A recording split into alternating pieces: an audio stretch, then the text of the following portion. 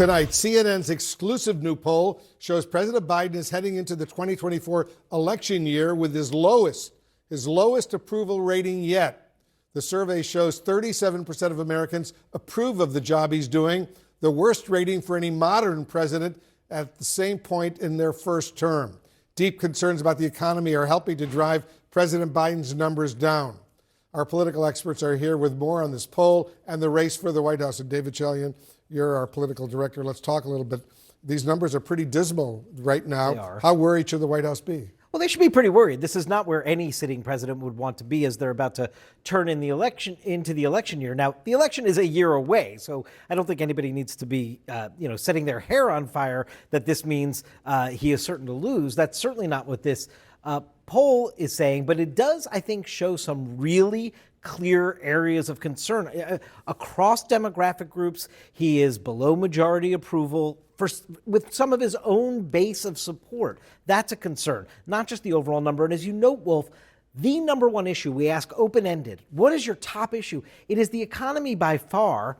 And on the economy, his approval rating is even lower than his overall approval rating. So that's a big problem for him. It certainly is. And Gloria, if we take a closer look at the poll, and David mentions this, among key parts of the Biden coalition, independents, blacks, Latinos, young voters, Biden is under 50% with all of them. That's grim for him. I mean, particularly when you look at younger voters who were so important to his coalition last time, independent voters. You know, you've got a country where 7 out of 10 people believe things are not going well, and they blame the president. And, young voters look at the economy and say, I'm not getting ahead, my mortgage rates are high, et cetera, et cetera. And I think, the White House understands that they've got work to do here because it is a year out, but it still doesn't paint a pretty picture. Ashley, what do you think about these numbers? No, I mean, I would agree with Gloria. I mean, I think the White House is hyper-focused on these numbers, but no hair on fire. It's still a year out. Here's the thing is, Joe Biden is classic, put your head down, do the work. He would often tell us Twitter's not reality or X is not reality. These polls aren't reality. And so I think that's what the White House, although concerned, they're going to continue to put their head down and continue to plow through it and message forward. I think that's one of their downfalls is they don't look at reality. They look at what they see as numbers that are in their favor, what they perceive. But the reality is, the perception by the American people is that the economy is not good. Biden and the administration will go out there and say everything is fine when in fact it's not. And 4 in 10 say that they're worried about rising costs. And 7 in 10 of those in our poll say they side with Republicans on the economy, on crime, on immigration, and on policing. And those numbers are dire for President Biden, and it's a positive sign for Republicans as we head into Republicans, but not necessarily Donald Trump. Some conversations that are ongoing about President Biden's age. Moments ago, Trump himself tried to turn Biden's admission to his own advantage. When I ran for president 4 years ago, I said we're in a battle for the soul of America, and we still are. Now, the comments today do echo 2020. You can see the parallels with his 2024 campaign announcement. When I ran for president 4 years ago, I said we're in a battle for the soul of America, and we still are. But the context here is far different. Biden is now 81 years old, not 77, and he has long since discarded this promise. Look, I view myself as a bridge, not as anything else. There's an entire generation of leaders you saw stand behind me. They are the future of this country. A bridge, but to what? To himself? Well, it's something Democrats say they do not want. And it's a big reason why the president's age and his health and his mental competency are questions that come with it, come with all of this. I expect so, but look, he is running and I have to run. Did you drop out of Trump No, not now.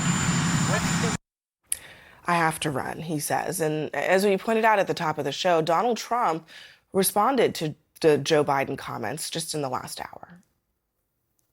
If Trump wasn't running, I'm not sure I'd be running, he said at a campaign event today. How do you react to that? Well, I think somebody gave him a talking point. They thought that would sound good. The person they don't want to run against is us. It's us. It's not me. It's us. Because it's a movement, the likes of which this country, Sean, has never seen before.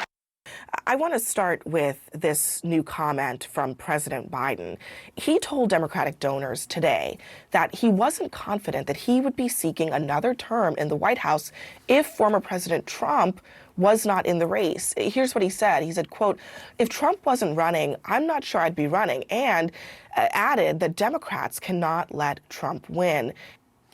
Well, I think it would play a lot better if you were actually leading Donald Trump in the polls. In fact, there are a number of polls that show him dead even or even trailing Trump. I know that was the argument in 2020. He was the one Democrat who could defeat Donald Trump, and he did. So you have to give him that credit. But there is an awful lot of people who think he might be the one Democrat who could lose to Donald Trump. To support Ukraine. And don't forget the Democratic piece of this. The president, look, you started the show with David Chalian and the president's low poll standing right now. All of this is connected. He has a very weak hand to deal with. When he wants to push Ukraine funding, he looks to his right, and Republicans are saying, why? We don't see the reasons to do this. Why are we protecting their borders when we can't protect our own? It's a legitimate question, right? The president has to make the case for democracy, and he has to try to reach an agreement with the Republicans on border security here. Then he looks to his left.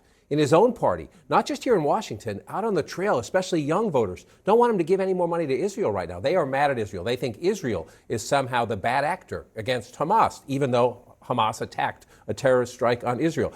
If you look at the trajectory of Biden approval numbers, we can put it up on the screen, I should say the decline. Right. That 52% right there, his high watermark, the downward slide came after Afghanistan.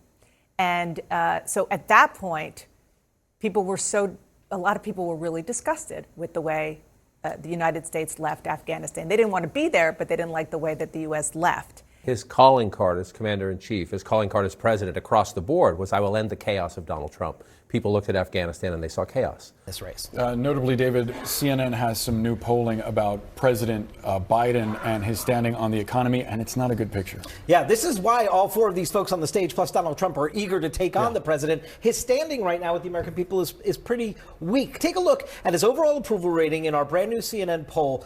He's at 37% approval, 63% disapprove.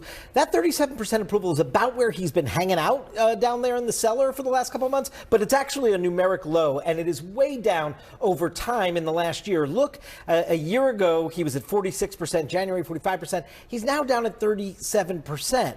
And on the economy, which is issue number one for voters in this poll, his approval rating's even worse. It's at 33% approval, 67% disapproval, despite a lot of the economic growth that we've actually seen take place. Obviously, Americans are still blaming Joe Biden for what they're not intrinsically feeling on the economy. Once again, Donald Trump will not be there. And we now know just how big of a lead Trump has in this 2024 primary field.